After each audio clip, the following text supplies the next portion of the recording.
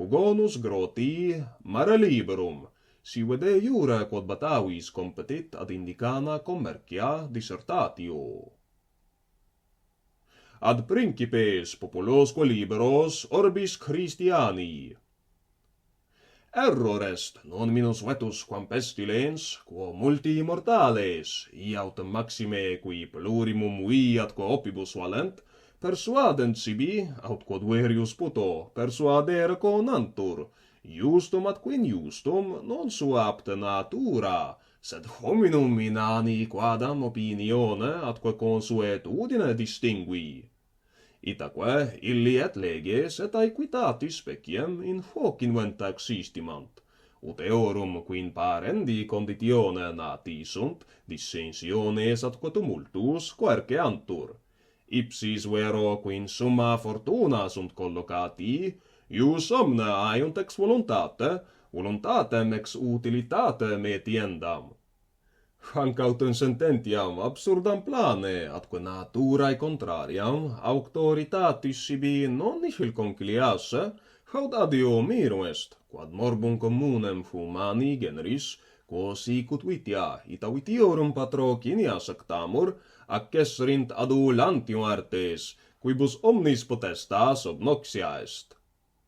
Sed contra extiterunt nullo non saeculo viri liberi, sapientes, religiosi, qui falsam hanc persuasionem animi simplicium me velerent, cetros autem eius defensores impudentiae convincerent.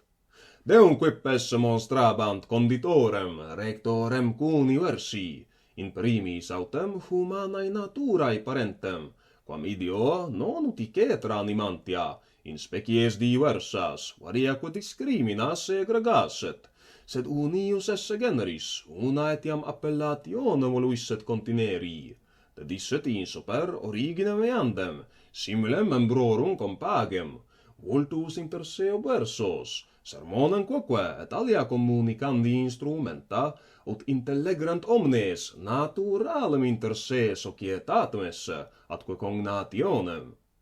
Huic autem a se fundatae aut domui aut civitati, summum illum principem, patremque familias, suas quasdam scripsis leges, non in aera aut tabulis, sed in sensibus animisque singulorum, ubi invitis etiam et aver santibus legendae occurrerent.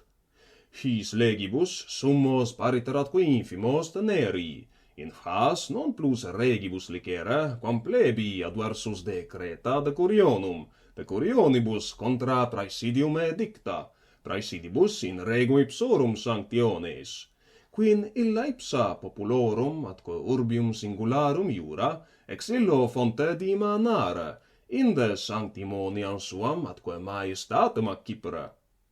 Sicut autem in ipso homine alia sunt quae habet cum omnibus communia, alia quibus ab altero quisque distinguitur, ita earum rerum quasi in usum hominis produxis et natura, alias eam manere communes, alias cuiusque industria labore proprias fieri voluisse. Deut risco autem datas leges, ut communibus quidem sine detrimento omnium omnes uterentur, de cetris autem, quod cuique contigisset, eo contentus abstineret alieno. Haec, si homo nullus nescire potest, nisi homo esse desirit. Haec, si gentes viderunt, quibus ad verum omne caecutientibus, sola naturae faxi luxit, quid vos sentira ac facere aequest, principes populique Christiani. Si quis durum putat ea se exigi, quaetam sancti nominis professiore quirit, cuius minum est ab injuris abstinere, certe quid sui sit offici, scire quisque potest ex eo quod alteri praecipit. Nemo est vestrum, qui non palae dicat requemque suae esse moderatorem et arbitrum, qui non fluminibus locisque publicis, cives omnes uti ex aequo et promisque iubeat, qui non commeandi commercandique libertatem omni opede fendat. Sine his, si parva illa societas quam rem publicam vocamus constare non posse judicatur, et certe constare non potest, Abrem non ad illa ad sustinendam totius humani generis societatem atque concordiam erunt necessaria. Si quis adversus haec vim faciat, merito indignamini, exempla etiam pro flagiti magnitudine statuitis, non aliade causa, nisi quia ubi ista passim licent, status imperii tranquillus esse non potest. Quod si rex in regem, populus in populum inique et violente agat, id non ad perturbandam magna Ilius civitatis quietem, et ad summi custodis spectat injuriam. Hoc interest, quod sicut magistratus minores de vulgo iudicant, vos de magistratibus, et omnium aliorum delicta cognoscenda, vobis et punienda, mandavit rex universi, vestra excepit sibi. Is autem, quamquam supremam animadversionem sibi reservat, tardam occultam inevitabilem, nihil hominus duos ase iudices delegat, qui rebus humanis intersint, quos nocentium felicissimum non effugit, conscientiam coique suam et famam sive existimationem alienam. Haec tribunalia illis patent, quibus alia praeclusa sunt, ad haec infirmi provocant, in his vincuntur qui vincunt viribus, qui licentiae modum non statunt, qui vili putant constare quod emitur humano sanguine, qui injurias injuris defendunt, quorum manifesta facinora neces est et consentiente bonorum judicio damnari, et sui ipsorum animi sententia non absolvi.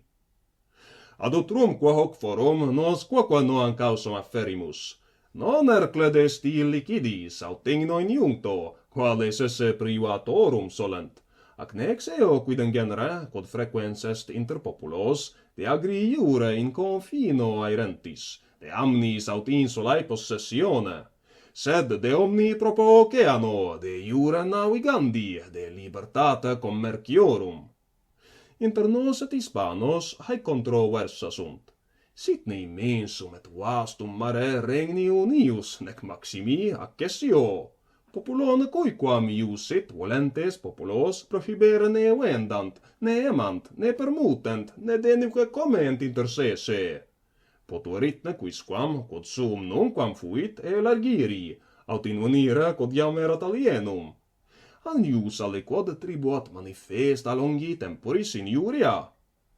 In hac disceptatione, ipsis qui inter Hispanos praecipui sunt divini atque humani iuris magistri, calculum porrigimus, ipsius denique Hispaniae proprias leges imploramus. Id, si nihil iuat, et eos quos ratio certa convincit, cupiditas vetat de sistre, vestram principes majestatem, vestram fidem quod potestis ubique gentes appellamus. Non perplexam, non intricatam moemus quaestionem, non de ambiguis in religione capitibus, quae plurimum habere videntur obscuritatis, quae tantis tam diu animis decertata, apud sapientes hoc fere certum reliquerunt, nusquam minus inveniri veritatem, quam ubi cogitur assensus. Non de statu nostrae rei publicae, et libertate armis aut parta sed vindicata, de qua recte stature idemum possunt qui iura patria Belgarum, mores avitos, et institutum non in leges regnum, sed ex legibus principatum, accurate cognoverint. In quatam in quaestione, aequis iudicibus, extremae servitutis de pulsa necessitas, subtilius inquirentibus, decreti tot nationum publica auctoritas, infensis etiam et malevolis adversariorum confessio, nihil dubitandum reliquit.